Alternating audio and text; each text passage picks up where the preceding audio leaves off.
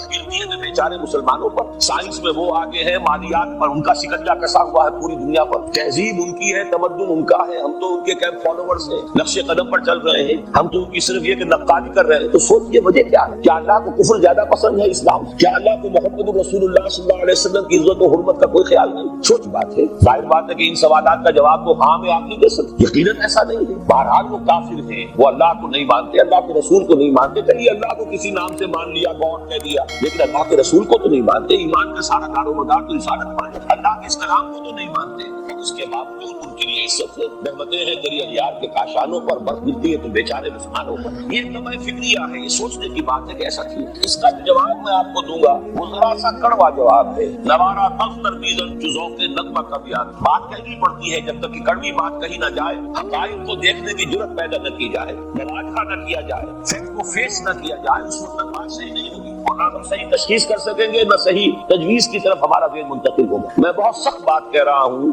آج آسمان کے نیچے اس زمین پر عذاب الہی میں گرفتار امت مسلمہ. بالفعل آج ہم امت مرحومہ نہیں ہے, رحمت والی امت نہیں ہے, امت معذبہ. آج ہم پر اللہ کا عذاب. وہ کیوں؟